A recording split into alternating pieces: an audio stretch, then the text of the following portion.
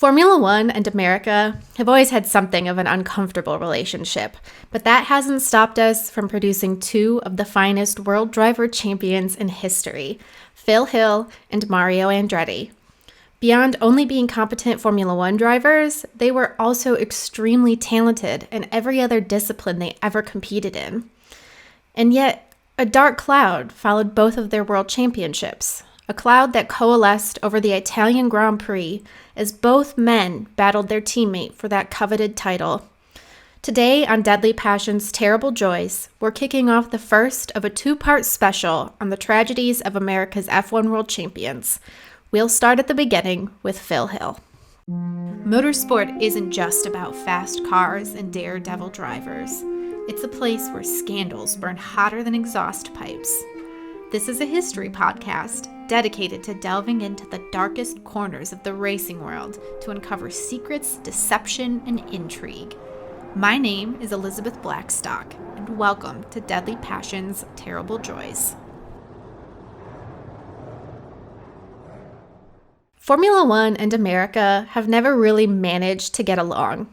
Both sides have done things their own particular way for so long that adopting the attitudes of the other would feel like a compromise in values. Before we delve into our American champions, I think we should really set the scene to understand a bit more about the weird and wild relationship between F1 and the United States. The primary difference between the two motorsport factions is that they both grew up on different continents. After all, just think about the American accent. As we filtered over from England and different groups filtered throughout the country, we all developed our own unique vocal patterns and ways of speaking.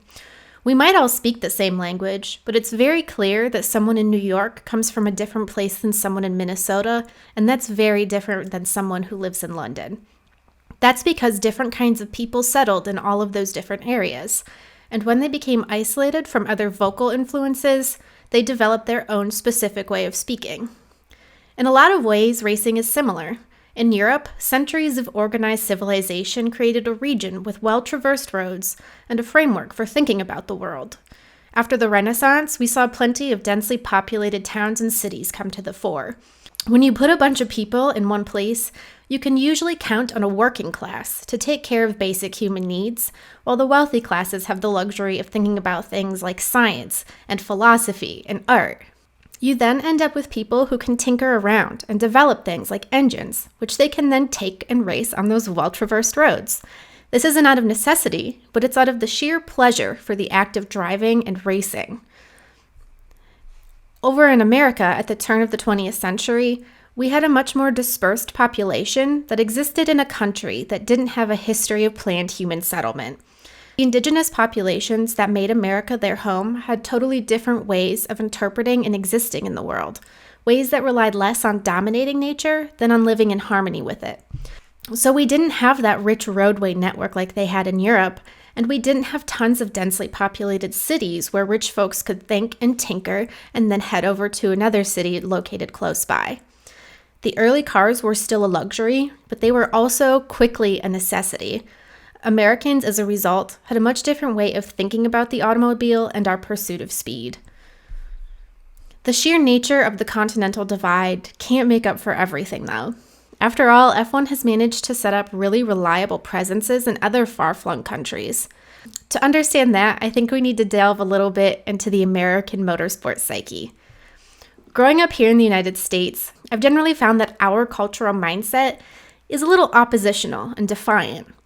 Our national identity is built on the belief that we are a land of freedom, and that we were a place where European or British settlers could go in order to forge a new way of life that was distinct from what was required overseas. We could worship differently, love differently, and experience life differently.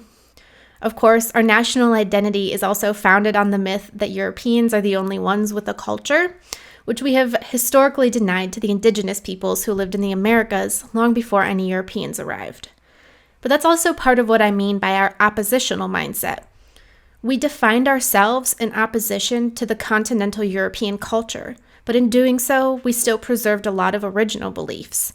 The ancestors of our early colonizers had rules and regulations their descendants no longer wanted to follow, but those descendants weren't doing anything too radical. They followed plenty of the less offensive rules and regulations, but defined a national identity based on the ways they differed from Europe. The ideologies we developed in America, paired with the physical limitations of America's development, means that the American approach to racing is significantly different than what you'd find in Europe. I spoke about this in more detail in the previous episode titled Death at Watkins Glen, How One Forgotten Crash Changed Motorsport Forever. Since we didn't have that same network of public roads in Europe, our racing traditions were slower to develop, and they were often confined to horse tracks or disused airfields. As a result, we built different kinds of cars and raced them under different regulations compared to the international crowd. The tides started changing in the late 1950s. America began building permanent road courses that were designed to mimic the natural terrain tracks of Europe. We started importing more foreign cars in order to race them, meaning that we also started to learn what other countries were prioritizing in terms of technology and design. We saw the rise of several enterprising businessmen who pinpointed the potential for growth in America's small car clubs.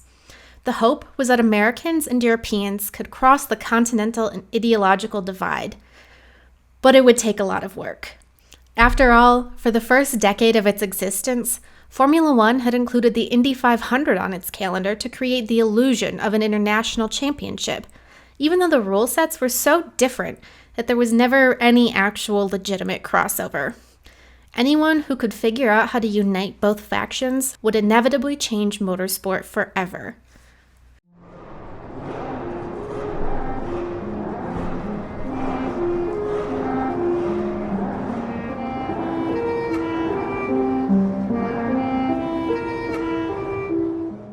These next few weeks on Deadly Passions, Terrible Joys, we're celebrating some of the finest examples of motorsport excellence in America in the form of Phil Hill and Mario Andretti. But they're not the only men who have made a massive impact on racing history. We could easily add Rick Hendrick to the list, and that's exactly why you can celebrate his accomplishments with Home Field's new Hendrick collection. Rick Hendrick founded his first NASCAR team in 1984. Since then, he's gone on to accomplish a record-setting 303 Cup Series wins, which also netted 14 drivers' championships in the top tier of American stock car racing alone. Those kinds of numbers are frankly unheard of, but with icons like Tim Richmond, Jeff Gordon, and Jimmy Johnson behind the wheel, it's no surprise. So head over to Homefield Apparel, an all-American vintage-style clothing company, if you're looking to get your hands on some incredible Hendrick Motorsport merchandise. And don't forget to use the code DPTJ15 for 15% off your first purchase.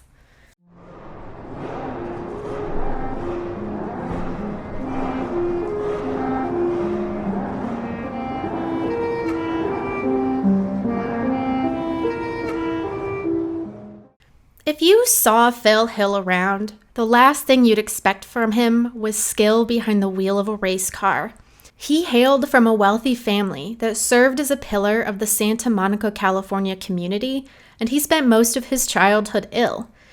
When a polio outbreak swept through town, Hill's mother pulled all of her children out of school to teach them at home instead. Phil Hill wasn't good at sports, and as he grew up, he became the type of person who found comfort in collecting, of all things, player pianos. He was never quite the race car driver type. Perhaps it would help to know that his passion for racing stemmed from a desire to escape. Hill's family was ruled by a disciplinarian father and an alcoholic mother. The only place a young Phil Hill was encouraged to be himself was in the family garage and on the streets. He'd stand on the sidewalk with the local boys and challenge them to rattle off the names of approaching cars faster than he could, a losing battle against Hill, whose love of cars quickly bordered on obsession. It was as if I was trying to divorce myself from the presence of people around me and focus only on the cars, Hill is quoted as saying in The Limit by Michael Cannon. Philip Toll Hill Jr. was born on April 20th, 1927, in Miami, Florida, before moving to Santa Monica. He grew up going to school with members of William Randolph Hearst's family, or the wealthy American businessman and newspaper magnate. Hill was ever conscious of his family's grandiose displays of wealth in a depression-racked California. He didn't fit in with his family, and he didn't really fit in with the local children. The only person who seemed to understand him was his aunt, Helen Griselli. Griselli herself was wealthy. She was a socialite who, after divorcing her successful chemical manufacturer husband, moved down the street from her sister, who was Phil's mother. She spent her money doting on her niece and nephews, but it was Phil's consuming interest in her car collection that encouraged the two to bond. Griselli was the type of person who enjoyed the physicality of driving those early cars, particularly her Pierce Arrow LeBaron convertible town cabriolet. She never hesitated to dismiss her chauffeur to the passenger seat when there was a particularly challenging piece of road she'd like to conquer. When Hill was 12, she bought him his first car, a Model T Ford that she picked up from a used car lot for a mere $40, or about $900 today when accounting for inflation. That Model T became Hill's all-consuming passion. He pored over the machine, tearing it apart and putting it back together, then taking it to a quarter-mile oval on the Hearst estate to see if his tweaks could help him set a faster time. "I've always expressed myself via the automobile," Hill said, reported in The Limit. "I guess I sensed that I was in an insane environment and that my only escape was in something that had structure. Cars gave me a sense of worth. I could do something, drive, that no one else my age could do. I could take cars apart too, and when I put the nuts and bolts back together again and the thing worked, no one could prove me wrong. That kind of technology was fathomable, made sense in a way that people never did. Cars are easy to master, they hold no threat, and if you're careful, they can't hurt you like people can." That humble Model T paved the way for something greater in Hill's life. He had found a purpose. Hill took a part-time job pumping gas. Paired with the allowance that his family provided, he was able to start buying a succession of different cars that he took out to the streets to hunt for any other gearhead keen on a quick street race. For the first time in his life, Hill had found something in common with his peers. As he aged, he found work building nose guns during the Korean War.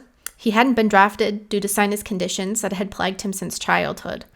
And then he went on to study business administration at the University of Southern California.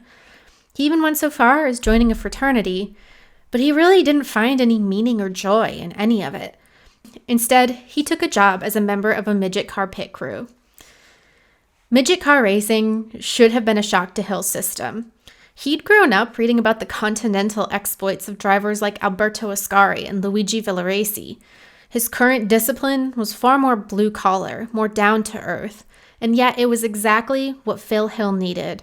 The smell of gasoline and burnt clutch spoke to him, and he soon turned his focus to buying a British MG sports car in the hope of competing in some local races himself. When the midget car driver he worked for broke a leg, Hill subbed in. But he learned that he much preferred the European way of doing things, which he'd truly come to appreciate in his role as a salesman at a foreign car dealership. He convinced his boss at the dealership to send him over to Europe to study the fine art of repairing those unique kinds of machinery. He took on 1 month-long apprenticeship after another at auto firms like Jaguar, Rolls-Royce, and MG. While overseas, he attended the first ever Formula One British Grand Prix. He had fallen in love, but Hill still wasn't quite sure how to break into that world. In late 1950, he returned home to New York and road-tripped his brand-new Jaguar XK120 across the country. That November, he competed in the Pebble Beach Cup, where he stalled at the start and yet still managed to battle his way through the field to secure his first major victory. In March of 1952, his mother died. His father followed 3 weeks later of a heart attack. At just 25 years old, Phil Hill was alone in the world, but the death of his parents brought him more relief than anything else. The two people who had most tormented him, who had least understood him, no longer had control over his life. To celebrate, he funneled his inheritance money into a brand new Ferrari, a blue Barchetta that he paid a mere $6,000 for. The salesman, Luigi Ghinetti, had supposedly cut him a deal that saw Hill pay half price for the vehicle thanks to his promising driving talent. Ghinetti perhaps declined to mention that the exact vehicle Hill drove had been involved in an accident at Le Mans that beheaded its driver. There was even a hole still drilled into the floor of the car. It had been bored there to drain the driver's blood. All of that paled in the face of the fact that the car was quick and that Hill became a familiar face at the top step of the podium. Road racing in the early 1950s had grown considerably, but it was still the kind of affair that required Hill to travel from California to Elkhart Lake, Wisconsin. He even took part in the massively dangerous Carrera Panamericana, a week-long rally that took place on 1,933 miles of freshly built roads designed to link Mexico to the United States. There, Hill joined the Ferrari team, which was otherwise composed of incredible talents like Giovanni Bracco, Alberto Ascari, and Luigi Villaresi. Hill was well on his way to becoming one of the most notable American racers on the international scene, but sharing a team with those continental legends raised in Hill an anxiety and a doubt that he would fail to shake for the rest of his career. Before the Carrera Panamericana, Hill was reduced to eating jars of baby food to prevent his ulcers from acting up. Still, in a race that had seen over 100 entrants, Hill not only managed to be one of the race's 39 finishers, but he also crossed the line in 6th place. With that one race, Phil Hill had distinguished himself on the international stage.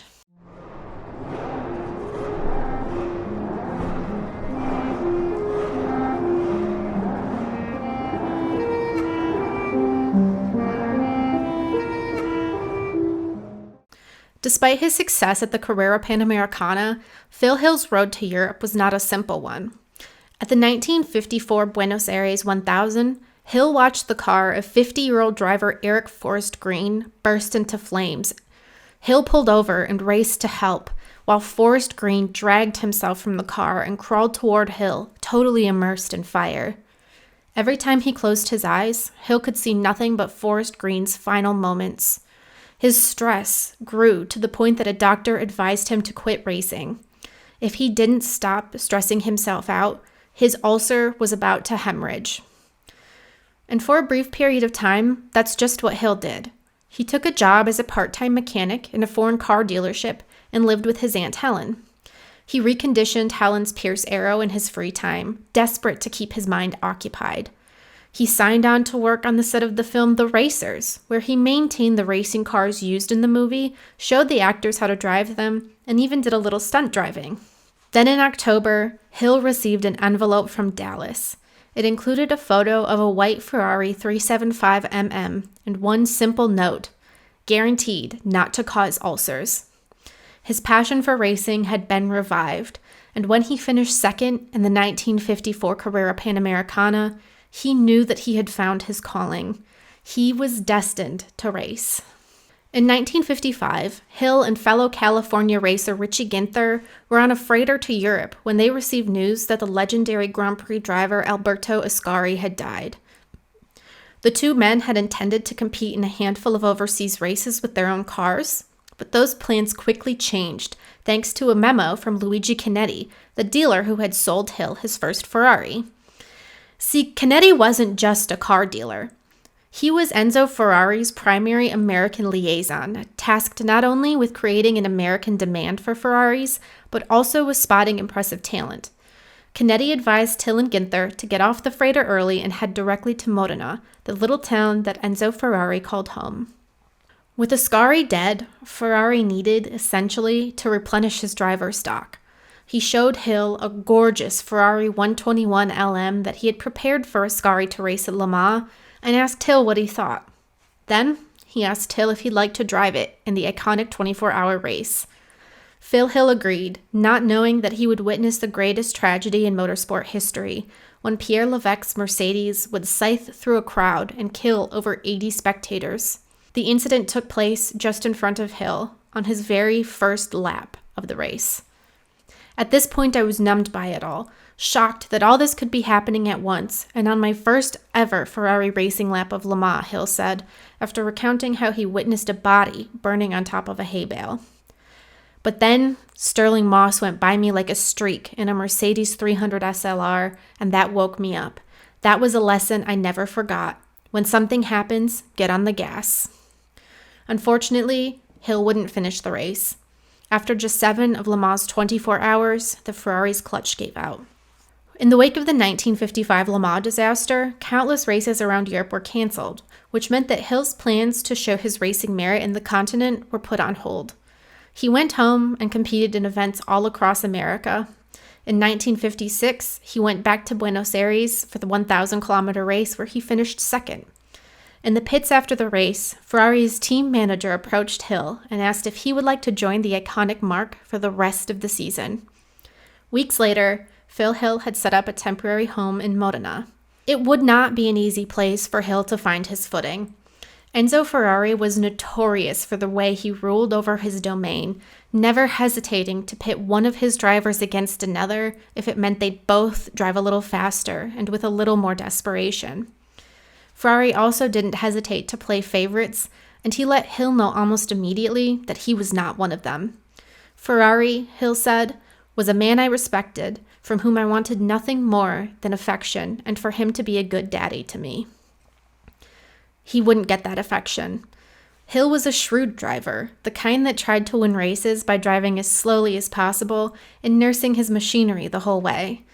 Enzo Ferrari, on the other hand, preferred gutsy showmanship and a tinge of desperation. That meant that Ferrari much preferred the other rookie on the team that year, Wolfgang von Trips. Count von Trips grew up in luxury, but the onset of World War II effectively crushed the dynasty that he was set to inherit. Von Trips turned his passion to cars. In pre-war Germany, Adolf Hitler had poured government money into German racing programs, both to become a beacon of automotive technology and also to create a focal point around which spectators could rally, full of national pride. Von Trips grew up admiring those prized German racers like Bernd Rosemeyer, but after spending his teenage years picking through air raid debris to find and remove mutilated corpses, he had become inured to the horrors of mankind. When the war ended, the Von Trips family was destitute and Allied soldiers took over the family castle. Though he was expected to attend agricultural school and revive the family property, Von Trips instead fell in love with motorsport.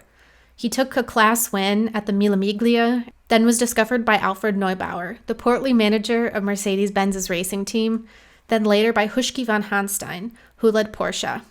In September of 1956, Enzo Ferrari offered him a single-seater to race at the Italian Grand Prix. By the mid-50s, Enzo Ferrari had put together an exceptional slate of racing talent that competed in everything from sports cars to Formula One Grand Prix. But he didn't hesitate to swap drivers from one discipline to the other, depending on how he felt they'd performed. He picked favorites, and he made those favorites known. While Wolfgang von Trips was one of Enzo's favorites, despite the fact that he was prone to making errors and crashing, Phil Hill was not. Nevertheless, the two rookies struck up an unlikely friendship. Anyone, as intense as I was at the time, was a bit skeptical of those like Von Trips, who seemed, at least on the surface, a bit lackadaisical, Hill said of his teammate, who had quickly earned the nickname Count Von Crash. But that was just what Enzo Ferrari wanted. As part of his eternal routine of mind games, Ferrari consistently provided Hill with older cars and kept him confined to sports car racing, despite the fact that Hill was desperate to move up to Formula One. Meanwhile, Ferrari treated Von Trips as something akin to a star. I began to feel that perhaps I was not ever going to be a really first-rate driver, that something in my makeup prevented me from reaching the ultimate stage in motor racing, Hill said of Formula One. There are several drivers who do well in sports cars, but can't seem to do well with a Grand Prix machine.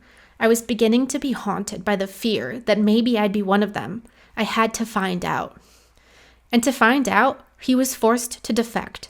Hill turned to Maserati, one of Ferrari's biggest rivals, to make his racing debut at the Rem Grand Prix in 1958.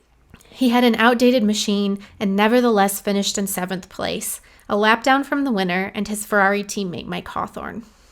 It's entirely possible that Hill never would have had a shot with Ferrari's Formula One team had it not been decimated by tragedy. Luigi Musso and Peter Collins were both killed in races during the 1958 season, and after securing the championship, Mike Hawthorne retired. Months later, Hawthorne was even killed in a road accident. Hill was signed on for the 1959 season mostly out of necessity, but Ferrari began to treat him a little more seriously after his drivers began to drop like flies. Hill performed well. In 1959, he took 2 second-place finishes and 1 third place, which left him 4th overall in the championship. The only Ferrari driver who outperformed him was Tony Brooks. Brooks had 2 wins, but Hill was far more consistent in terms of scoring points. It was a sign of things to come. Then came 1960. That season, Hill and Von Trips served as Ferrari's 2 primary drivers, with a handful of others joining in for a race or two. The Cooper and Lotus teams were frankly unbeatable that season, which left Phil Hill finishing 5th overall in the Drivers' Championship. He was, however, the highest placed Ferrari driver, and he also secured his first ever F1 win at the all-important Italian Grand Prix. Hill had proved himself to be more than just a competent Formula One driver. Instead, he was well on his way to being a star. Heading into the 1961 season, Ferrari debuted its first ever mid-engine race car, which we now know as the Shark Nose, thanks to the 2 vents on the side of the front. The vehicle was shockingly quick and a dream to handle thanks to its balanced weight, and it was clear from the start that it was going to be quick. Heading into that new year, Hill and Von Trips would be joined by a 3rd full-time driver, American Richie Ginther. It would have made sense for Enzo Ferrari to promote Phil Hill to team leader.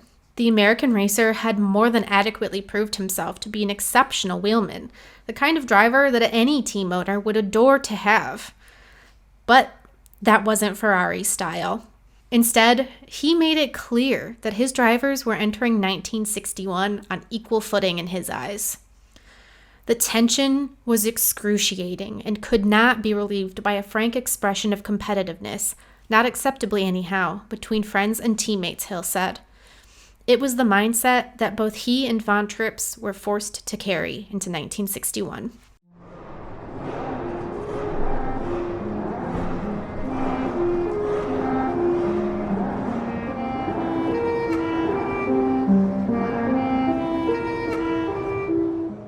The 1961 racing season began in May with the iconic Monaco Grand Prix. While it looked as if the Ferraris of Richie Ginther and Phil Hill would be the dominating forces of the day, British driver Stirling Moss instead took victory in his Lotus. Ginther was in 2nd, with Phil Hill finishing 3rd. Wolfgang von Trips was classified in 4th place, despite crashing on the final lap of the event. The American drivers on the Ferrari team were devastated. Phil Hill allegedly looked so broken during post-race interviews that it seemed as if he'd break down and cry at any moment. When a Ferrari aide hugged Richie Ginther after the race, he reported that it seemed as if Ginther's overalls were empty, saying he was shattered, all in. He had really given everything. Thankfully, the Ferrari crew didn't have to wait long to respond. 8 days later came the 2nd Grand Prix of the season in Zandvoort, and Von Trips took the lead almost immediately. He held that position right to the end of the event. Phil Hill had to content himself with a Ferrari-mandated 2nd place. When it became clear that Hill could catch Von Trips, Enzo Ferrari actually told the team to give his drivers team orders. According to Hill, they just didn't want us ripping each other up once the thing was stabilized. Hill was ready to respond at the next race of the year, the Belgian Grand Prix. He qualified on pole position and managed to fend off Von Trips' challenge until a blinding rain slowed the pack, and Ferrari team orders once again came into effect, this time to preserve Hill's 1st place. It was Hill's first win of the season, and it rocketed him up to 1st in the World Championship standings, just 1 point ahead of teammate Von Trips. The French Grand Prix was a bust for both full-time Ferrari drivers. Hill was classified 9th, 2 laps behind the winner, after an overconfident move at the Tilwa hairpin saw him skid to a stop. Moss then crashed into the Ferrari, and Hill had to push start his car to get it moving again. Von Trips, for his own part, retired with a blown engine. Ferrari still took victory, albeit with a one-off driver, Giancarlo Baghetti. Then came the British Grand Prix. Phil Hill qualified on pole position, with Von Trips back in 4th place, but heavy rains plagued the start of the event, and Hill had adjusted his brake balance before the race to accommodate a much drier track. On the 7th lap, he lost control. While he still maintained his lead for a while, the experience had shocked him enough that Von Trips was able to slip by for victory. the German ascended to the lead of the championship standings with 27 points to Hill's 24. It was the kind of momentum that you wouldn't want to give your teammate and your title rival, because the next race was the German Grand Prix, Von Tripp's home event. However, by this point, both drivers were worn down physically, mentally, and emotionally. Both men were already in their mid-30s, and they had seen their fair share of death and danger at the racetrack. The close battle between the two had also started to erode their friendship. But before the German race, Hill actually joined Von Tripp's at his family castle for the mid-season break.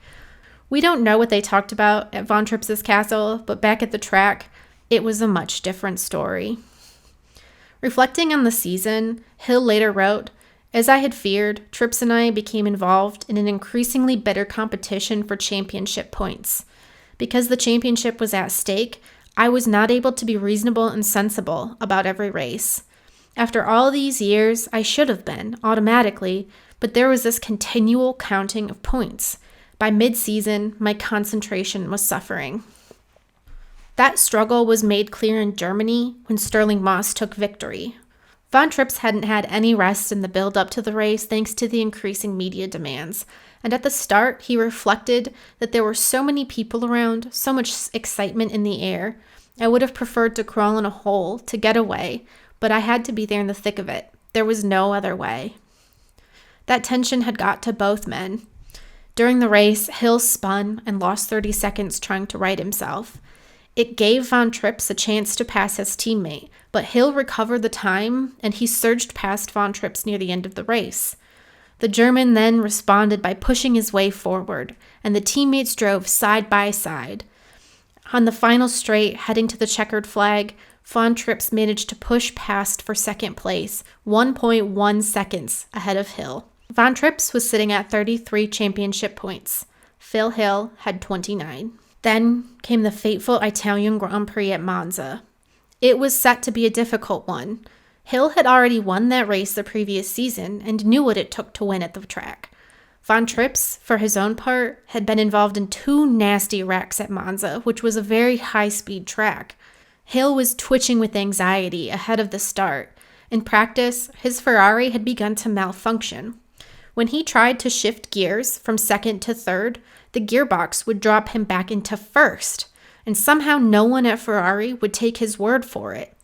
Von Tripp's, for his own part, was very reflective, telling journalist Robert Daly that every driver has a place deep inside him where he's afraid of death. This could all end tomorrow. You never know. The start of the race told 2 different stories about 2 very different temperaments. Von Tripp's looked relaxed, munching on a pear as his team rolled his car out to pole position. Hill's mechanics, meanwhile, had spent the night changing Hill's engine. The gear issues meant the American would start in 4th place. Hill was agitated, knowing that he would have to push hard to keep hold of his championship hopes. But when that flag flew, Von Tripp's faltered. He had a very long history of struggling at the start of races, and this time it was no different. By the time the German driver launched into the pack, he was in 6th position, while Hill had gone by for the lead. Von Tripp's passed 2 cars on the first lap, desperate to reach Hill by passing new Ferrari racer Ricardo Rodriguez. Perhaps he was distracted by the car in front. Perhaps that's why he washed sideways into Jim Clark, who was attempting to pass him. Clark's front wheels collided with Von Tripp's rear wheels. At 150 miles per hour, it was a fatal move. Von Tripp's Ferrari slung into the 5-foot-tall dirt embankment that separated fans from the action. The only thing there to slow his momentum was a chicken wire fence and a row of spectators. The Ferrari scythed through 10 feet of the crowd before it came to rest. 5 spectators died immediately. 10 more died later of their injuries. Over 50 other people were injured. Von Tripp's flopped over his steering wheel. He died of skull fractures before the ambulance could arrive. The 1961 Italian Grand Prix carried on. Phil Hill passed the wreckage 41 more times from the lead of the race, trying to decipher who that wreckage belonged to. Then he noticed Von Tripp's name had disappeared from the scoreboard. The 9 points that Hill earned for his victory was enough to give him the World Driver Championship. No one told Hill that his teammate was dead. Ferrari allowed him to celebrate with the crowds and bottles of champagne. It was only after the podium that they told him the truth. Wolfgang von Trips, his teammate, had been killed in a brutal crash. Phil Hill was world champion, but at what cost?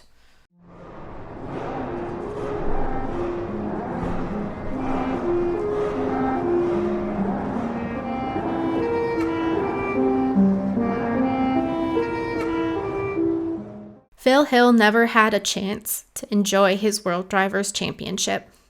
After his victory at Monza, there was to be one final race, the United States Grand Prix, which would take place at Watkins Glen in upstate New York. Ferrari pulled out of that race.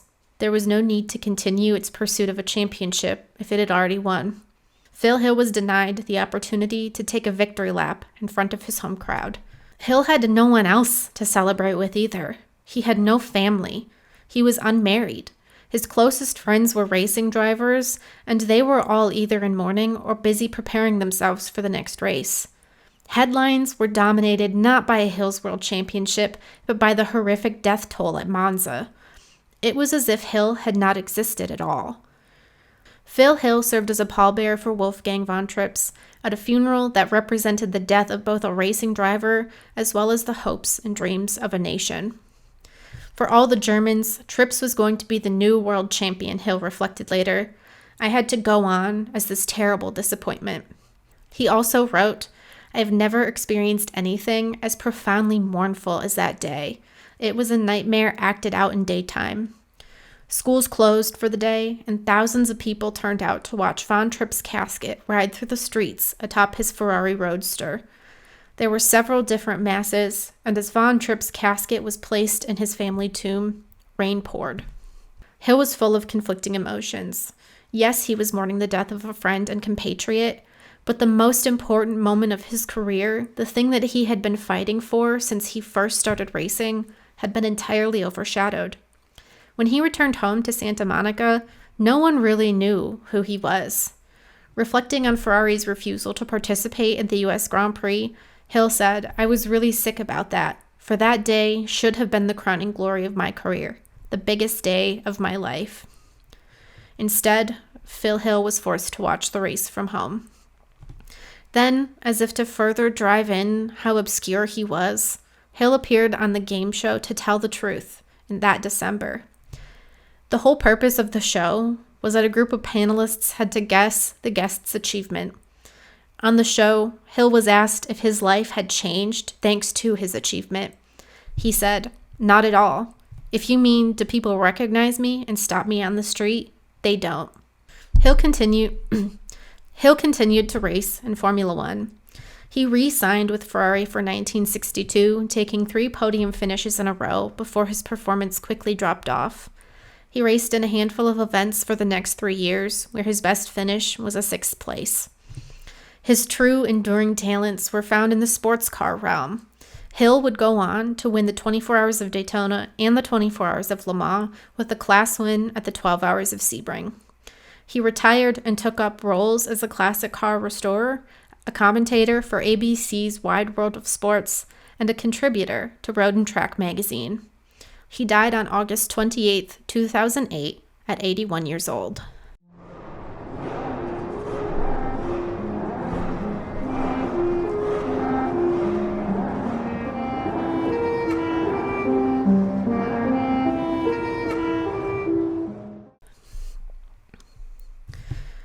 Of all of the topics I've covered so far on Deadly Passions, Terrible Joys, I think the tragedies of America's...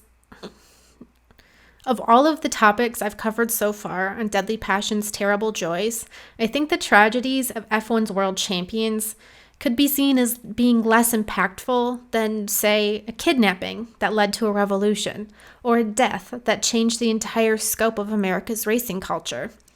But I wouldn't say that's quite accurate. In fact, to really understand the scope of these tragedies, I think we actually have to consider all of the missed opportunities that could have arisen from our American world champions, and all of the ways that now Formula One has suffered because of it.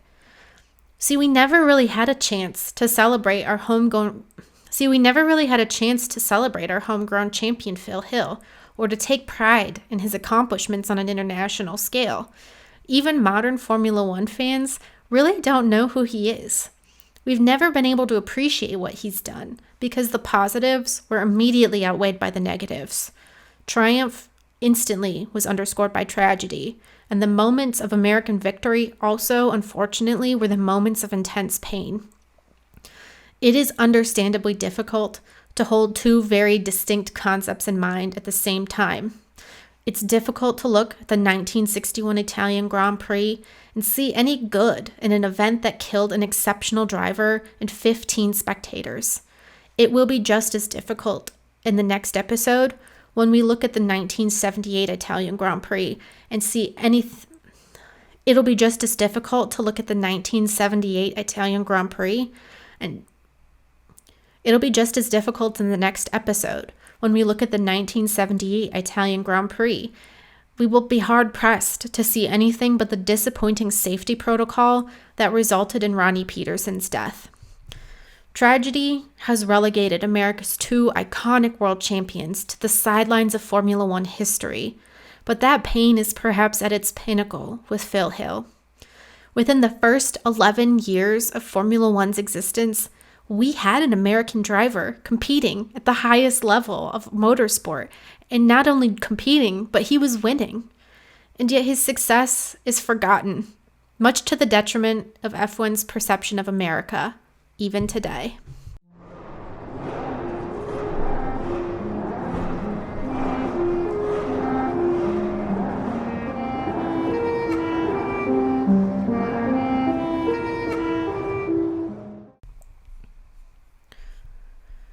Thank you so much for tuning into this episode of Deadly Passions, Terrible Joys. Next time, we'll be covering Mario Andretti's championship year. In the next episode, we'll be covering Mario Andretti and his 1978 championship year in order to really understand how America's most iconic drivers have been forgotten on the main stage of motorsport. If you enjoyed this episode, please subscribe to the show, give it a rating, and leave a review. And if you're hungry for more, please make sure to subscribe to the DPTJ Patreon. Tiered patrons get exclusive access to weekly blog posts where I delve deeper into contemporary motorsport news, as well as newsletters that round up the biggest events, both past and present, that you should be paying attention to. Plus, if you want to send an email, I have an address for that: deadlypassionsterriblejoys@gmail.com. Thank you again to everyone who has left reviews or comments of this show. I am still working my way through understanding the audio-visual world, and every comment helps me improve for the future. Finally, don't forget to check out Home Field Apparel. The Hendrick collection drop is absolutely incredible, with retro-style hats and shirts and jackets inspired by legends like Jeff Gordon, Tim Richmond, and Jimmy Johnson. The next few drops will be open wheel themed, so if that's more your jam, make sure you're signed up at the link in my bio. And don't forget to use DPTJ15 for 15% off your first purchase.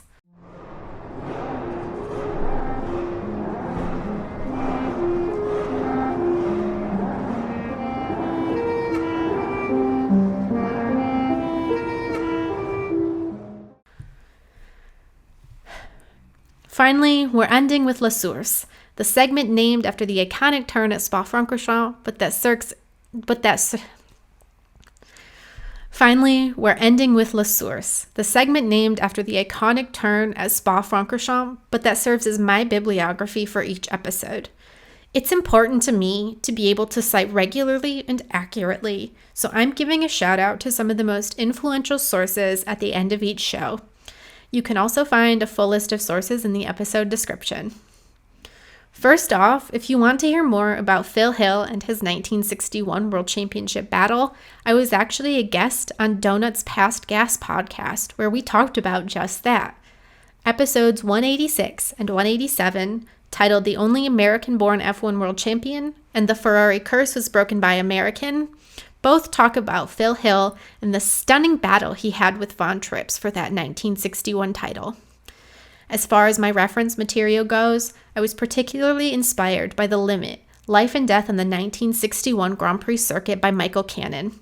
It is an incredible book, one of the best motorsport books I've ever read, and I keep finding myself reading it over and over again. Make sure you go get a copy, it's so good. For other information in this episode, I also referenced Phil Hill, A Driving Life, The American Legacy in Formula One, and Monza, A Glorious History. Thank you so much for tuning in.